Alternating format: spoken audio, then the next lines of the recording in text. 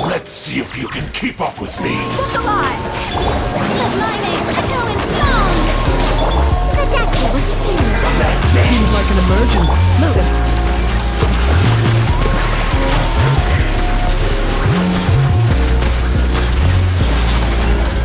Hunt them down.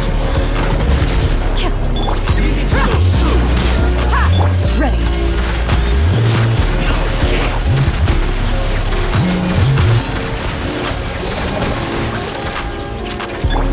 Shower me with praise! Time to shine!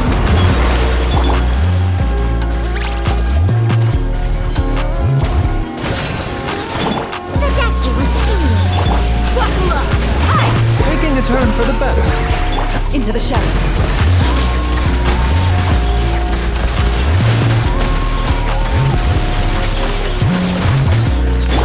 They're dead meat! So soon. Alright, playtime's over. Let's get it on! Strike a pose!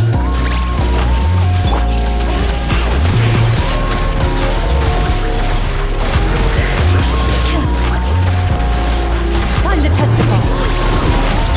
Let the world collide! Buckle up! Hi! Mind the side effects.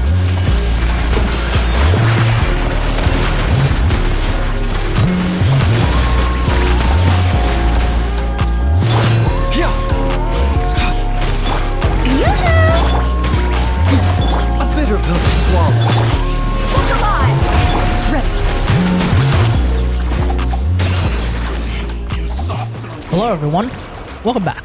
So, Dehya was once considered one of the weakest characters in Genshin Impact upon launch, but over time she has of course gained some better teammates and of course some additional synergy, especially with harder hitting enemies being introduced into the game. But with new characters, including one that just straight up power creeps her, at least on an offensive perspective, is she still worth using? What is the absolute state of Dehya? Let's find out. But first, don't forget to subscribe, okay? Did you know that 90% of y'all haven't subscribed yet? So maybe you should do that, because obviously subscribing to this channel does make me and other YouTubers feel better about themselves. So you want us to feel better about ourselves, right? So maybe you should do that. And if you ring that bell icon, then of course you can be notified of the latest videos and live streams on the channel. So before I continue, I did of course talk about the state of Dehya before, where Dehya did in fact improve over time pretty quickly after her release, with characters like Furina showing up, who enables her vaporizers without needing to use Xingqiu or Yelan, because you can't use Xingqiu or Yelan.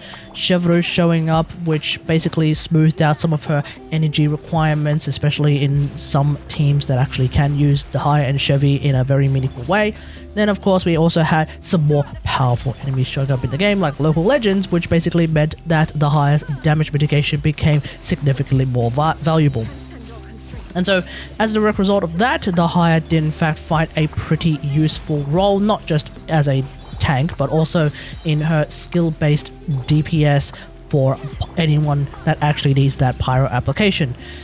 But then everything kind of changed when Natlan released and Mavuika released, so we're going to have a look now at who's new with Dehya and what kind of gameplay options have been opened up with Natlan's release. Right there! Flash! Storm the front! I'm always watching. Right here. Right now. You asked for it!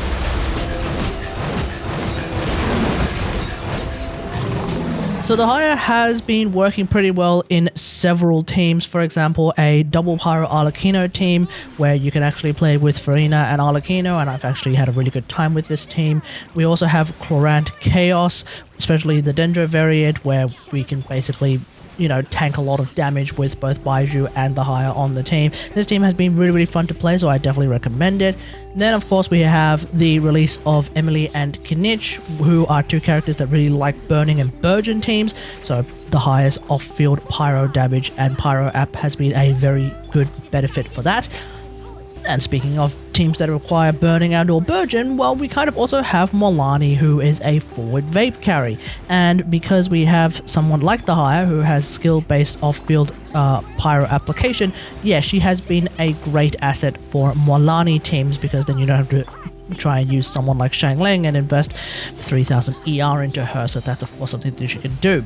Alternatively, if you were to try and play a burn vape Molani team, which is very normal, unfortunately though we do run into a bit of a snag, specifically with Dehya, where the burning damage can accidentally trigger Dehya's off-field skill damage a little bit early, which can actually cause some desyncing. So at that point, in my experience, double Dendro burn vape teams with like Yao Yao, for example, tend to be the way to go.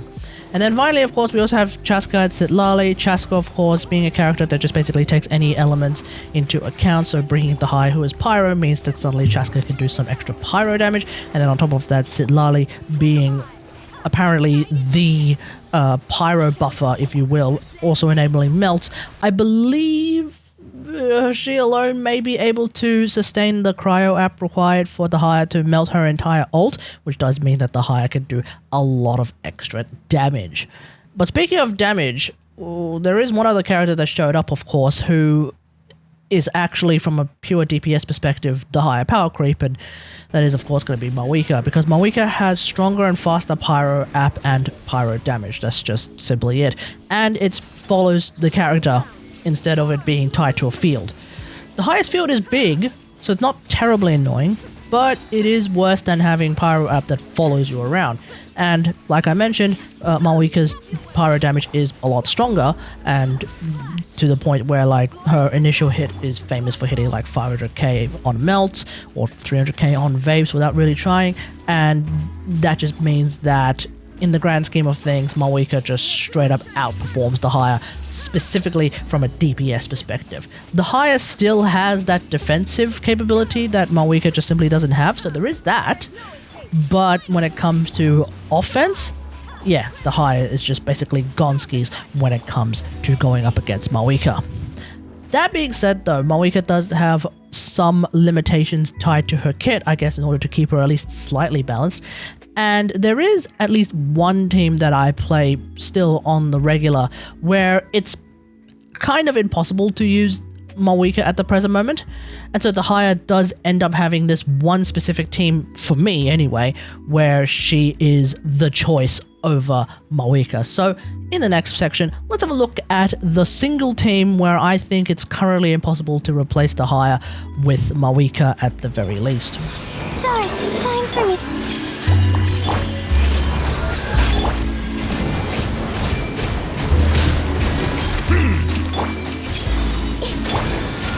Bow your head. Not now. Don't be scared. This may hurt a little. The Temple of Wisdom. Buckle up. Ha! Silence! So the team that I'm still playing where you definitely will want to use Dehya over Mavuika is of course Thundering Dory's Raid Squad. This is a chaos team with Dory and Dehya where the entire team pretty much synergizes with itself. The idea is that you have two tanks in the form of Dehya and Dory, and then you have two DPSs in the form of Nahida and Furina. And this is of course a pretty tanky team because, well, the double tank setup is really, really nice. And so we are making full use of Dehya's damage mitigation, which is something that she has. It is ultimately better than shield options like Xinyan or Toma or even Zhongli, although there are other reasons why I wouldn't use Zhongli in this team, namely because then I lose out on burning and therefore Furina does less damage from time to time. But the main reason why I prefer to use Dehya over Xinyan or Toma is because damage mitigation from Dehya's field these days is just generally a little bit more useful in my opinion still over shields, because at some point the shields will break, and because we have a lot of enemies that hit really, really hard these days, even in Spiral Abyss, yeah, shields do tend to break. And when the shield breaks, you lose all of the value of the shield. And so at some point, after you've taken a certain amount of damage, the shield breaking, that's just basically how shields work. Whereas with the highest damage mitigation, because it's based on time, it sticks around no matter what. And so theoretically, you can take infinite damage. Of course, there will come a point where if you take too much damage, the Haya might actually die off field, but that is of course where Dory kicks in, because Dory at C6, being an on-fielder, is someone who can heal the entire team, which of course further mitigates that particular problem. So at that point, this is a team that I have really enjoyed, specifically with the Haya. If I try to use Mavuika in a team like this, because Mavuika's ult requires a lot of Night Soul to be burned and also normal attacks to be used in order to make up whatever Night Soul has not been burned yet. The reality of the situation is that with Mavuika burning 80 Night Soul with her own skill, I need 20 Night Souls worth of normal attacks in order to be able to at least use her ult regularly, and Dory just doesn't simply attack fast enough.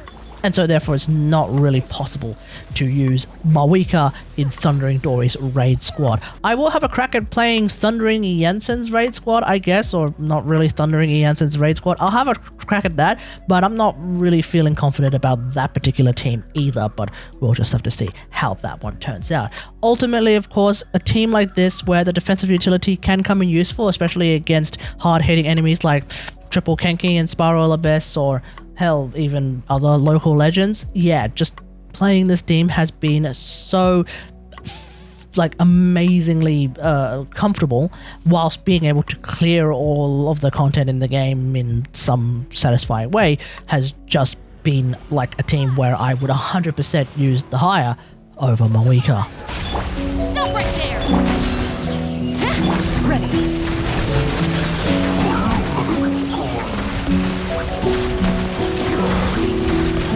Time to testify. You asked for it! Final warning! Quiver!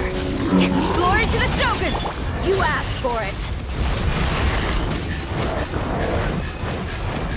I just want to quickly go over like weapons and constellations, specifically when it comes to the Haya, because of my newfound appreciation for at least two of the highest constellations.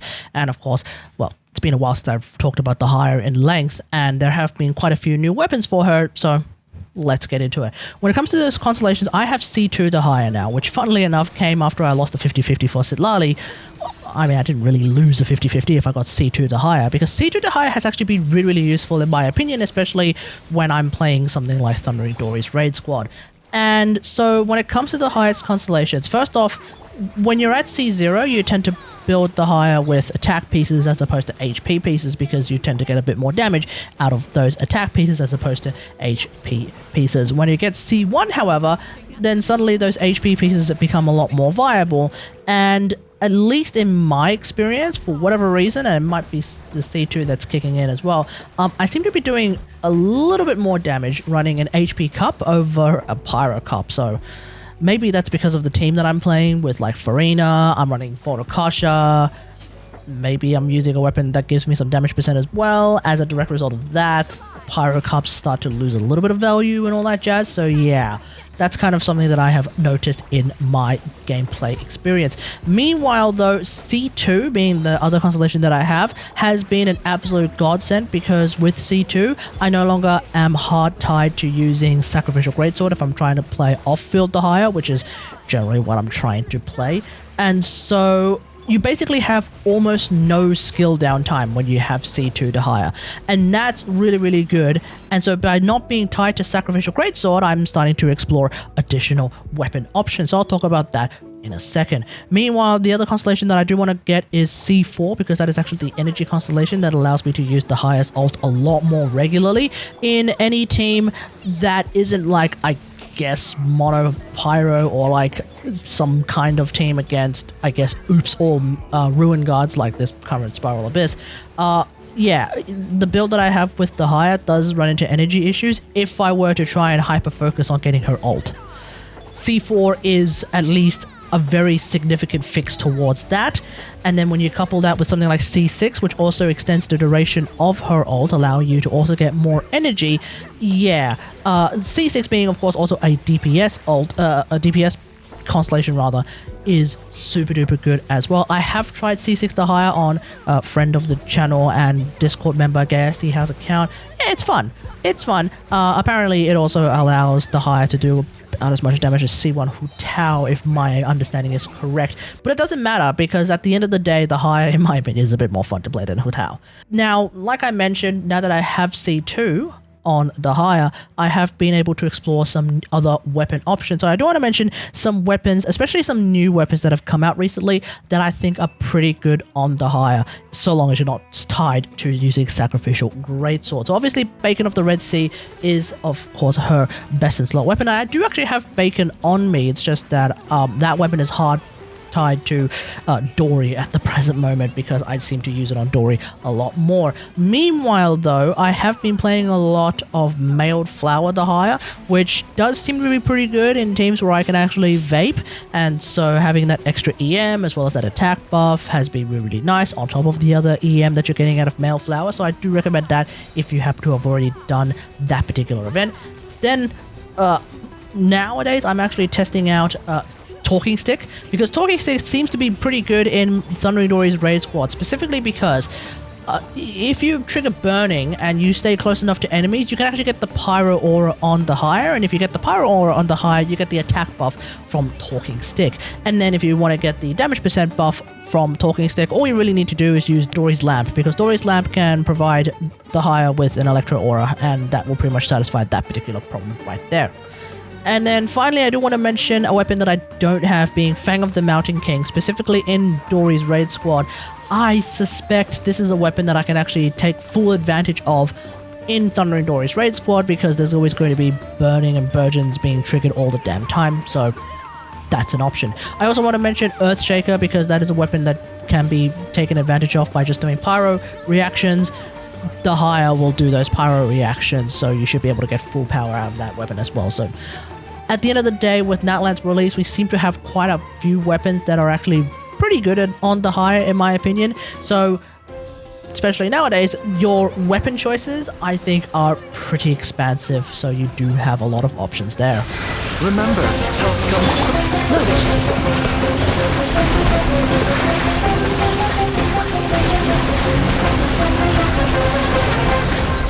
Evil looks. Shoot on sight. A bigger pill to swallow. Into the shadows.